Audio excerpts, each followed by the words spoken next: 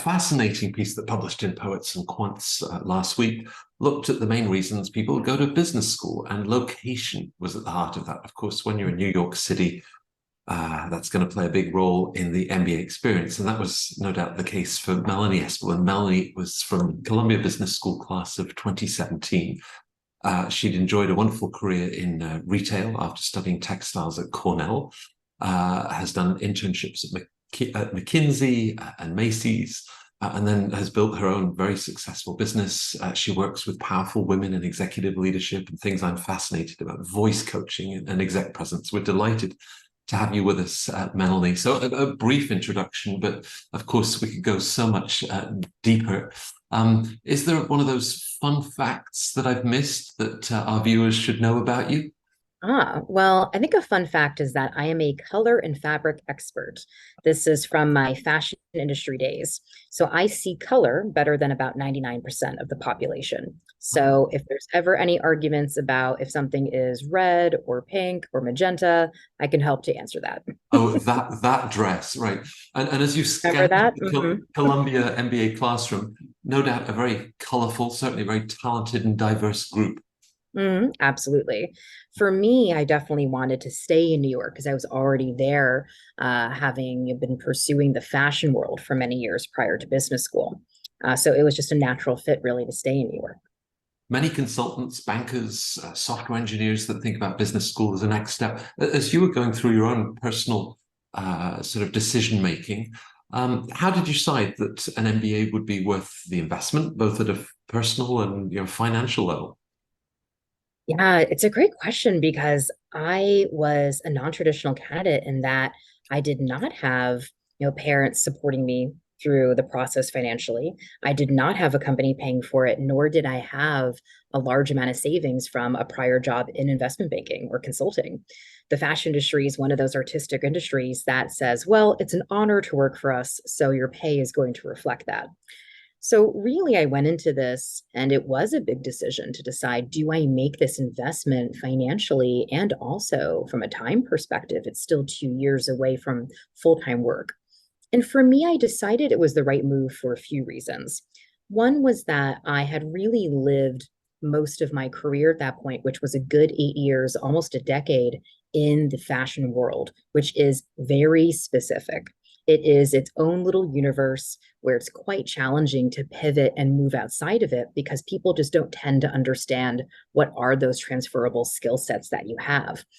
And I'd been in the industry for so long and I had enjoyed it, but I really was ready for something different and knew that it wasn't my destiny to stay there forever. So truly, it made sense in order to really pivot successfully, but also really understand what else was out there because I had been working for so long in a very specific world. So to me, I felt long term, absolutely going to be the right move for me. So going from hemlines to discounted cash flow and the rest of the core curriculum, tell us a little bit about the learning experience and also how you can personalize that and juggle, no doubt, a fairly intensive work mode. Absolutely. Well, something I did that I'm really glad I did, and I always tell clients to do this, is to actually get started before you start a business school. So, for example, I stopped working in approximately, I believe it was June before I entered Columbia in August of the same year. So, I had about 2 months or so before my start date where I was free and I had time. A lot of people use this time to go have fun, go travel, nothing wrong with that. But I use that time to start getting ready and start networking and start figuring out where do I want to be using my time while I'm on campus. Because especially that first semester is incredibly difficult to stay on point because you have FOMO, you have groupthink, you want to do all the things, you can't join all the clubs, everybody's recruiting at that point. So I'm really glad I had set the stage for myself and gave myself those extra 2 months. I attended a couple of different events, actually events even with companies like McKinsey. Funny enough, when I started recruiting with them in the fall, they already knew who I was. So that was a huge win. I networked with a bunch of students who were either recent graduates or rising second year students and said, hey, I want to learn about the thing you do, or I see you just interned for Goldman and tell me more about that. And I had a lot of those informal conversations over the phone or over a coffee over those 2 months. So I think for me, that was a huge help to get me set up for success once I was already on campus. So then once I was on campus, really the learning teams, I think, were a huge help. Columbia has what they call a cluster system, where you have about 70 people that you take all of your core classes with. And then within that assigned learning team, which is about 5 people. And we all came from very different backgrounds. So for me, that was a huge help, especially being someone that had never really looked at a P&L statement, to have people that actually were experts in certain areas. So hopefully that helps to answer the question, and certainly happy to go into any further detail. I think it's wonderful that you point out how you sort of got a head start before actually beginning the MBA program. I mean, very few people go through the GMAT or GRE with great relish, but did you also feel sometimes that's overdone in terms of number skills? People would come in, no doubt, with different experience, different sort of numeracy. Was that actually a challenge? Taking the GMAT? Mm. Or just sort of feeling that you had the number skills that then enabled you to flourish in the classroom. Yeah, it's a great question. The GMAT was quite difficult for me actually, because if you think about it, I hadn't taken geometry classes and similar math classes since high school. And in college, because I studied textiles and apparel and a minor in art history, I wasn't taking calculus or anything of that nature. So for me, I think it had been a good 10 years or more actually by the time I was studying for the GMAT. So I ended up using a tutor. That was a huge help for me in order to really just get back up to speed, relearn some of these things I had forgotten. So I will agree, it was definitely a challenge, but I was lucky enough to score in the 700s. But that was through quite a lot of work. And I do feel that it's not the best indicator of someone's capability or potential performance in business school. But hey, it's part of the game. So we all understand we have to do it. And that being said, if I could go back and maybe do something different, I probably would have added onto that summer where I had those 2 extra months of kind of pre-work, as I call it.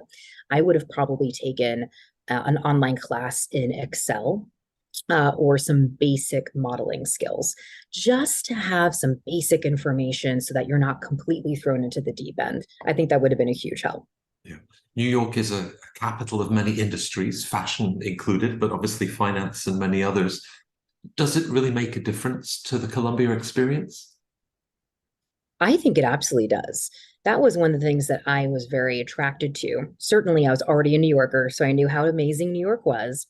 But you can really learn about anything in New York. You could be an investment banker, you could be working in film and entertainment, you could be looking at real estate, fashion, sustainability, really anything is in New York. So I felt very strongly about that, especially since I was somebody who was pivoting and coming from a more creative background. I felt that people would respect more the fact that I did have a more non-traditional background, as well as I had the opportunity to learn about a little bit of everything since I wasn't 100% sure what I wanted. I had certainly a couple different ideas, but I wasn't 100% sure. So I think that being in a place where it's so easy to just go to someone's office, find anyone in any kind of industry, I think it really ups the ante on your ability to really get value out of those 2 years. And one other thought on that, you can also do in-semester internships. That's much harder to do if you're in a different city or a smaller city or a city that has more specific types of industries. Much easier to do an in-semester internship while you're at Columbia. So for me, those were huge wins. You mentioned internships and that McKinsey was already aware of you, as you go through that fall term. How does the program support you and prepare you both in thinking about how an internship will be a valuable experience, whether you then pursue it beyond business school or not? To talk us through that whole process. Mm-hmm. Yeah, I think that there is somewhat of a misnomer where people get into business school and think my summer internship has to be perfect. It has to set me up for that job offer for post business school. And granted, I was very lucky to have that experience. I had my offer from McKinsey. I'm not going to lie, it's nice to have, but it does not have to be the end all be all.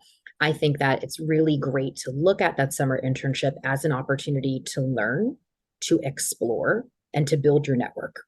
And if it ends up being a place you want to be long term, great. And if not, if you've been smart about building new skills and networking, it'll inevitably lead to something that you do want post business school. So I think really seeing it as that networking exploratory opportunity is what's more important than being so fixated on making sure you get a job offer. Right. Inevitably, that comes into the thinking of our viewers at Centre Court, and just more broadly, as they think about what that MBA experience will be. Was there anything that perhaps either you learned about yourself or was a surprise in the program that you hadn't expected from the business school experience? Mm. I feel like for me, I learned that I was a little more susceptible to groupthink than I thought I was. And it's one of those kind of awkward things to admit, but it's so easy to fall into that trap, especially when you're all in a new environment. It's a little scary, it's a little nerve-wracking, it's stressful. It's very easy to fall prone to that. And I had never thought that that would be me. So I think that what helped with that was, again, that pre-work I did before business school to get more clear on what I wanted, what I was interested in, how I wanted to use my time. And that helped me to kind of steer clear a little bit of some of the group think. And certainly I wasn't perfect, but I think that that's really helpful to go in and have a lot of clarity about what's important to you. So that surprised me. And so I would offer that as advice to anyone, entering Columbia or any top business school, is you do some of that self-reflection to really make sure you know what you want. The school will provide a level of coaching, and I'd referred earlier to your own very successful career, executive coaching, voice Mm. coaching, which I find fascinating, but presence, whether it's for powerful women in executive leadership or across a broader category. How do you feel that Columbia helped you find that path, and perhaps also some of the coaching skills that you're now renowned for? Well, that's very kind. Thank you. I think that there were a few classes that started to get me kind of curious about the idea of professional development, leadership development. One of the names is escaping me at the moment, but another was called Lead, aptly named. And I think that taking these courses on the what they call softer skills is so incredibly important. And I actually think that the word soft skills is also a misnomer because it makes it seem like these aren't as important, but they are so important, especially as you're building your career, as you're becoming more senior, you're interviewing, you're really setting yourself up during business school for that next step. So I think those classes, I'm so happy I took a lot of them because I think that it was certainly helpful for me to grow, but also to explore something that became a passion for me. So very grateful for those experiences. And I would also say that just really taking charge of your own destiny through networking. I cannot say that enough, right? The school, of course, will give you opportunities to do so through the career center, through the coaches they have on staff who are all fabulous, through also clubs and whatnot within the school. But take control of your destiny. Email someone if you want to chat with them. And especially when you have that student.edu email, it's way easier to ask people for their time. So I highly recommend doing it. So, a final question: somebody seizing the day, taking control, and thinking about their own destiny. They're going to be sharing their own voice in the whole process of applying to business school. What is your advice to any individual as they think about those next steps, whether for Columbia or the MBA in general, to find their own voice? Mm. I think that you need to ask yourself those deep, difficult questions. We are usually, as adults, not rewarded for self reflection, right? It's about producing. It's about, I have to work hard, I have to produce. And sometimes the MBA application process feels that way too. I have to take the GMAT, I have to fill out these questions, I have to complete this essay. But you need to take that time for reflection and really ask yourself questions about what does get me excited. If social media didn't exist, how would I spend my time? If the magic question, if you had $1 billion, what would you do with your day? What are things that drive you nuts that you never want to do again in your career? And really, taking the time and space for that reflection, as well as incorporating feedback from people that know you well, whether it be colleagues or friends. So I think you're just taking the time for that and not being afraid to ask other people for that feedback. It's not easy, to do that self-reflection work, but it is so rewarding and it'll also just set you up for better success. So I think start to ask yourself those questions. I have a whole laundry list of them that I have saved that I ask clients, especially when they go, I have no idea what to write about in my essay. So I will sometimes share, it's a multi-page document with clients that say, here you go. This can definitely get you started. Take a few hours over the weekend to think about it. So hopefully that's helpful. It really is helpful. I mean, you've emphasized the importance of taking that time, and I really appreciate you taking the time to join us at the festival and encourage everybody perhaps to embrace the level of self-reflection and what that will offer them. Melanie, it was great to have you with us, share the Columbia experience. I'm sure many will be inspired by what you've shared, fascinated by the work that you do. It was great to capture. Thank you very much indeed. Oh, thank you so much. I appreciate it.